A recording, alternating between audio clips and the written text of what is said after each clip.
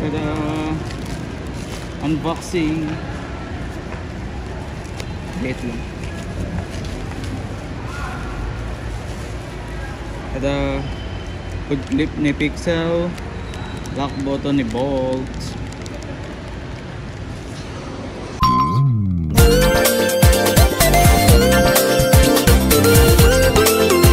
Okay, so what is up guys? So kahapon or sa unang clip nakita nyo na nagbubukas tayo ng isang package, which is ito yon. Nakabili na tayo mula kay Olympia ng pampalit natin dito sa ating lock button. Kasi nga kung maaalala nyo sa ating last vlog with Bolt or last update, kung mapapansin nyo, medyo basag na yan, no? Pag inikot ko yan magka-come off na yan, no? So gagawin natin today, syempre dahil nandito na rin lang tayo, quick update tayo kay Bolt.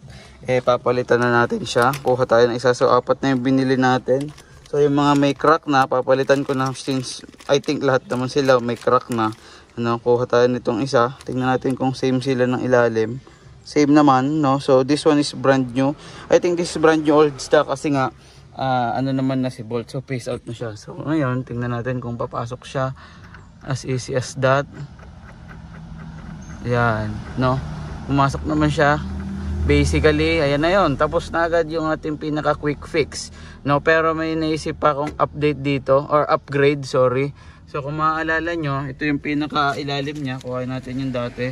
Yan yung pinaka ilalim niya. So ito, naisip ko siya lagyan ng foam tape para kapag nakalubog siya, hindi siya tumutunog-tunog. Kasi pansinin nyo, pag nilubog ko yan, tumutunog-tunog siya kapag umaandar. So medyo naiirita ako pag gano'n. So kakabit ko lang to lahat, yung papalitan ko yung mga kailangan palitan, and then babalikan ko kayo. So tingnan natin kung makabili ako ng foam tape somewhere there, no? So palitan ko lang. Pag ikot nito okay na.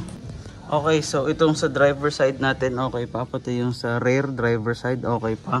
Ang hindi na okay is itong sa passenger side natin. So ito yung naalis ko sa kanya, sa rear passenger side. Medyo baliko na, hindi ko alam kung paano ginawa dito, pero para siyang naka-Loctite lang, no? So yan, pinalitan ko na siya.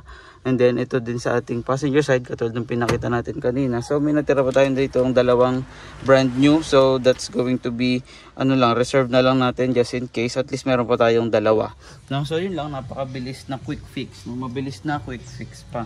So yun lang, kakatapos lang natin linisan si Bolt kasi kahapon na lang ulit natin siya nailabas, siguro after a month, no? So madalang ko talaga siya mailabas, no? And yun, madalas kasi motor tsaka si Pixel yung gamit natin. Pero yun lang, sana meron kayo natutunan, no? So again, sa Olympia ko to in order. So napakabilis yung transaction. Nag-place lang ako ng order sa Facebook page nila. Nag-check sila ng stock. Nung meron ng stock, nag-follow up ako. And then pinaship na nila via LBC. Tapos nag-cash on pick up na lang ako doon. So yun lang.